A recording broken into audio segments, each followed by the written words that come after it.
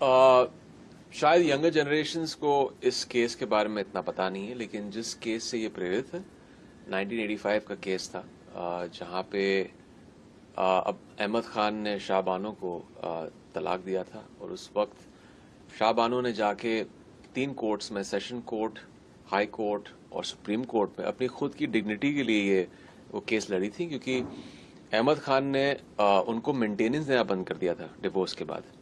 और शाह बानो ने कहा था कि मैं एक मुसलमान हिंदुस्तानी औरत हूं पहले, और मुझे सेक्युलर लॉ और कॉन्स्टिट्यूशनल लॉ के अंडर अपनी मेंटेनेंस मिलनी चाहिए बियॉन्ड मुस्लिम पर्सनल लॉ।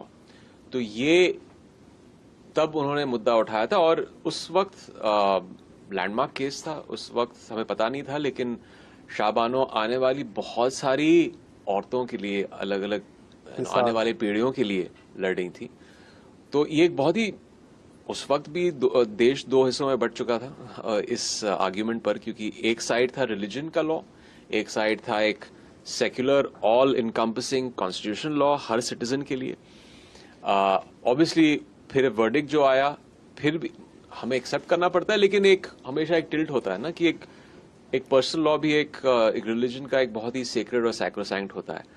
तो एक बहुत ही इंटरेस्टिंग कहानी थी, उस पर हक बनी है। आपको जब ये स्क्रिप्ट अप्रोच हुई थी जी, तो क्या रिएक्शन था? आप किस चीज से क्लिक होके आप तैयार हुए ये रोल करने के लिए? देखिए, हमेशा जब एक किरदार जिस तरह अहमद खान था उस केस में, इसमें नाम अब्बास खान है, लेकिन वो अपने नजरिए से तो सही है, वो अपने नैरेटिव का हीरो है। करेक्ट। और मैं कभी कैरेक्टर्स को जज करने के लिए प्ले नहीं करता हूँ, जस्टिफाई करने के लिए प्ले नहीं करता हूँ, लेकिन वो किस नजरिए से आ रहा था? वो आ रहा था इस नजरिए से कि मेरा जो ट्रेडिशन के हिसाब से, अपने पर्सनल फेथ, अपने रिलीजन, उसका जो परसेप्शन था, उस पर एक स्टॉन्च बिलीवर था, और वो अपने नजरिए से सही था, इसलिए वो ये केस लड़ रहा था। वो खुद लॉयर था, तो वो अपना खुद का केस लड़ रहा था।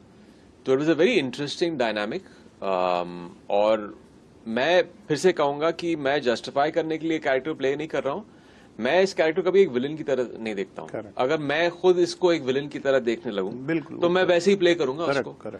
ये ऐसी फिल्म है जहां पे आप जब थिएटर से बाहर निकलेंगे, हाँ, it is pro women, women, एक उनकी डिग्निटी के लिए, उनकी इक्वालिटी ऑफ राइट्स के लिए वो एक मुद्दा हमने उठाया।